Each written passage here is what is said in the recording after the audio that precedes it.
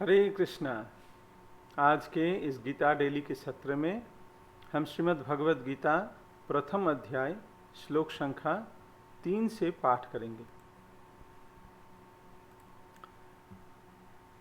पश्यैतां पाण्डुपुत्राणाम् आचार्य महतिं चमूं बूढ़ां ध्रुपदपुत्रेण तब शिष्येन धीमता। हे आचार्य, पांडुपुत्र की विशाल सेना को देखे जिसे आपके बुद्धिमान शिष्य द्रुपद के पुत्र ने इतने कौशल से व्यवस्थित किया है। तो ये वाक्य, ये शब्द दुर्योधन कह रहे हैं अपने सेनापति, अपने गुरु द्रोणाचार्य से कि हे आचार्य, पांडुपुत्रों की विशाल सेना को देखे जिसे आपके बुद्धिमान शिष्य द्रुपद के पुत्र धृष्टद्युम्न, जो कि पांडवों का सेनापति है, जिसने कितने कौशल से इसको व्यवस्थित किया है। तात्पर्य, परम राजनीतिज्ञ दुर्योधन महान ब्राह्मण सेनापति द्रोणाचार्य के दोषों को इंगित करना चाहता था। अर्जुन की पत्नी द्रौपदी के पिता राजा द्रुपद के साथ द्रोणाचार्य का कुछ राजनीतिक झगड़ा था। द्रुपद है द्रौपदी के पिता, उनके साथ द्रोणाचार्य का एक पुराना वैर था।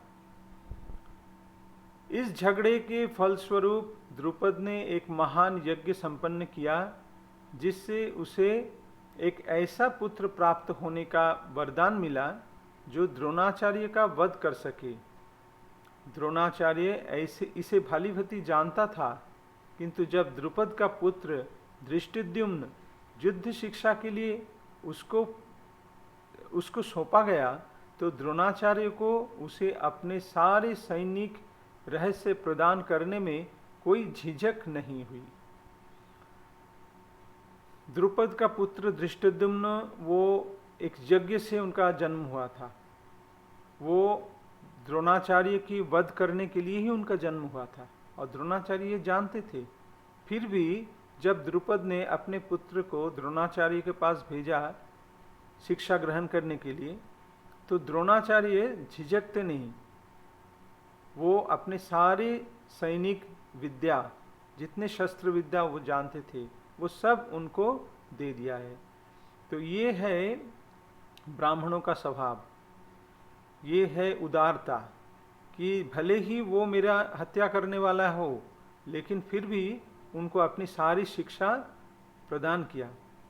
और यहाँ पे दुर्योधन कह रहे हैं कि आपके ये दोष है, आपने इसको ऐसा करना नहीं चाहिए था। दुर्योधन का चिंताधारा ऐसा है कि आपको ये नहीं करना चाहिए था, लेकिन द्रोणाचार्य एक ब्राह्मण होने के नाते वो सारे युद्ध विद्या उनको दे चुके थे।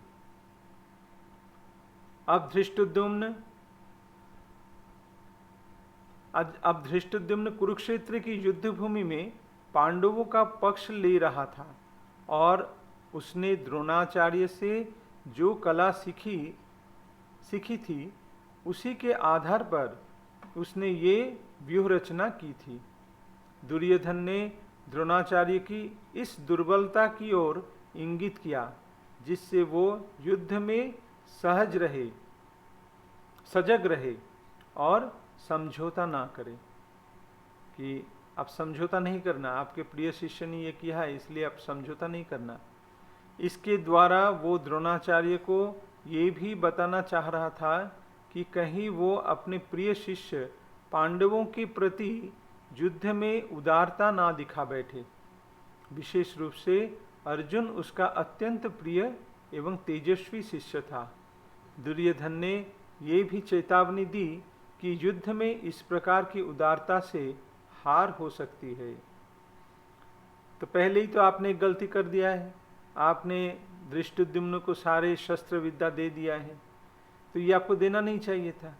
और अभी आपके सामने है अर्जुन, जो आपके सबसे प्रिय शिष्य है। तो कभी आप ऐसे उदार न बन जाए कि आप उनके प्रति उदारता दिखाएं और हम हार जाएं। ये चेतावनी देने के लिए दुर्योधन ने द्रोणाचार्य के पास आया और ये श्लोक कहे, ये बात कहे। हरे कृष्ण। अगर आपको ये अच्छा लगे तो ये वीडियो आप सबको शेयर कीजिए, जितने से जितने लोगों के पास ये पहुंचेगा भगवत गीता का ज्ञान उतना ही फैलेगा।